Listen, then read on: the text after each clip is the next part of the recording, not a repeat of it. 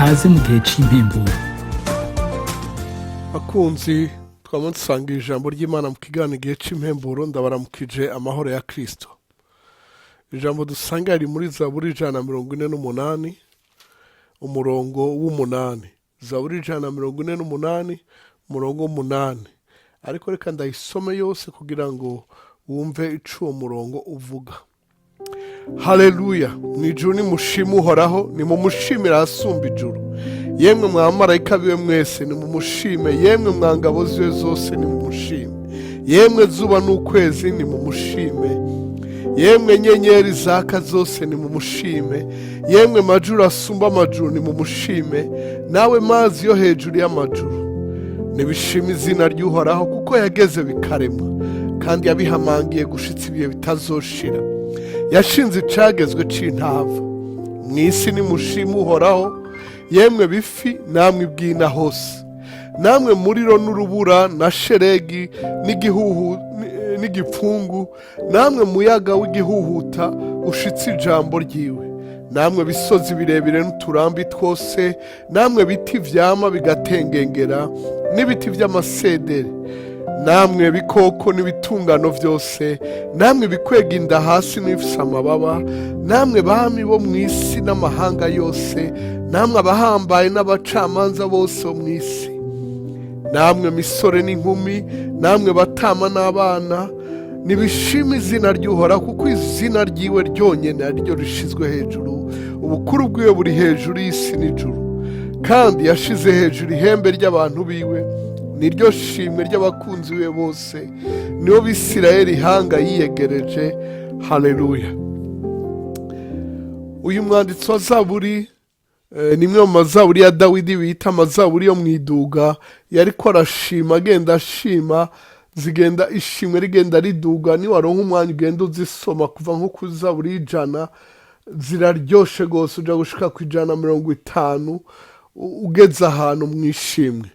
Iyi Zaburi 148 ku murongo w'8, amaze kuvuga ibikwiye gushima Imana n'ingene bishima, akubitamwo aka karongo k'8 canke akajambo ngo namwe muriro n'urubura na sheregi n'igipfungu, hama nawe muyaga w'igihuhuta ushitse ijambo ryiwe. Ibindi byose avuga ngo bishima, ariko akaza kuvuga kuri iki ngo nawe muyaga w'igihuhuta ushitse ijambo ryiwe. Umuyaga w'igihuhuta uragoye, urateye ubwoba, urahitana ibintu, urarandura ibiti, impuzu zikaguruka, abambaye impuzu zidafashe neza bamwe bogira isoni zingene zibambitse ubusa. Nivyo uwo muyaga urahuhuta ugira ibintu, ariko uyu mu gushima kwiwe yasanze atari uhuhuta ngo uhitane ibintu gusa, ahubwo urashitsa n'ijambo ryiwe. Hariho ibintu vyaje bigomba kuguhitana, hari ibintu vyaje bigomba bihuhuta, uvuga uti vyovyo sinzi ingene bigenda, birampitana n'ukuri, birahitana ibintu, birarandura imirima, biranyononera. Ariko uyu mwanditsi mwishi ugavuga ngo bishitse ijambo ryiwe. Hariho ibintu wabonye Imana ishitsa mu gihe wiyumvira ko kabaye. Mukundwa, witega Uhoraho ashitse ijambo ryiwe uko agomvye.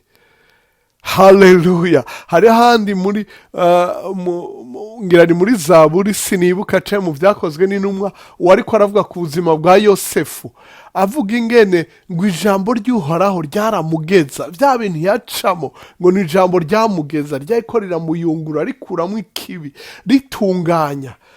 Mukundwa, ivyaremwe bishitse ico Uhoraho agomba. Satani ahombe, ivyo yiyumvira ngo biraguhitana, birakugirira nabi, asange ahubwo vyafatanije hamwe kukuzanira ivyiza, kuko ukunda Imana kandi wahamagawe nk'uko yabigabiye.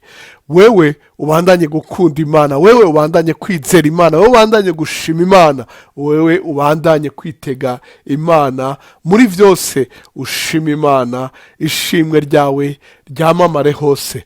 Uhoraho aguhezagire. Urakoze kudutega yombi no gusangiza abandi ubutumwa bwiza bw'iki gihe c'impemburo.